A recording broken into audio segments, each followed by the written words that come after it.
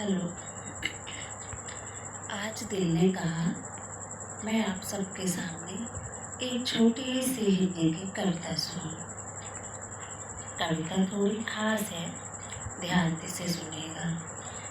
माता पिताजी की 40वीं वैवाहिक वर्षगांठ का समारोह था, किंतु ज्येष्ठ पुत्र के मन में भयंकर उहापोह था। कार्यक्रम के अंत में सब युगल के लिए 2 शब्द बोल रहे थे, अपने भावों को सीमित शब्दों में तोल रहे थे। अब बड़े पुत्र की बारी थी, सबको उम्मीदें उस पे बड़ी भारी थी।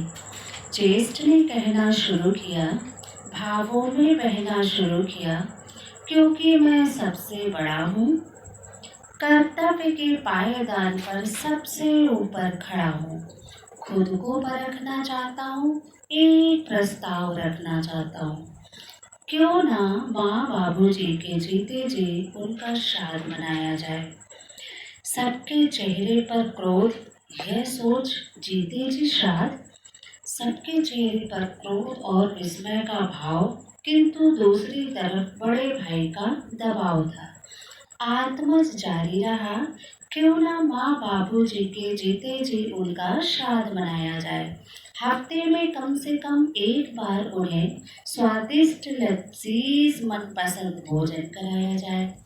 कम नमक या ज़्यादा मीठा उसकी चिंता किए बिना उन्हें वो खिलाया जाए जिससे उनकी आत्मा तृप्त हो जाए।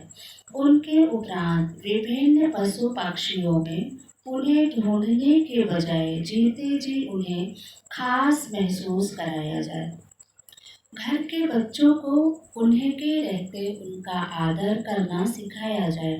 बड़ा पुत्र जारी रहा, उनके उपरांत न जाने किस किस के माध्यम से भेजने के बजाय क्यों न हर महीने अभी से उन्हें एक नई पोशाक सजाया जाए और प्रतिदिन उनकी आरती उतार कर उन्हें हर घर का जीता जागता भगवान बनाया जाए।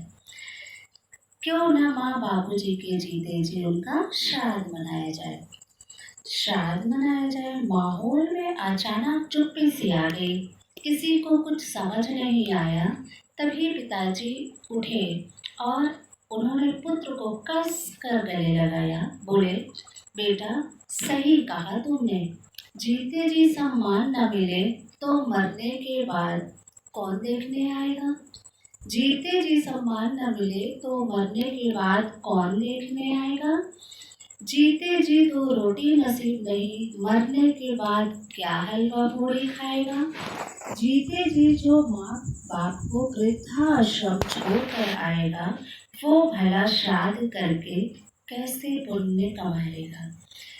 जीते जी माँ बाप को वृद्धाश्रम छोड़कर आएगा, वो भला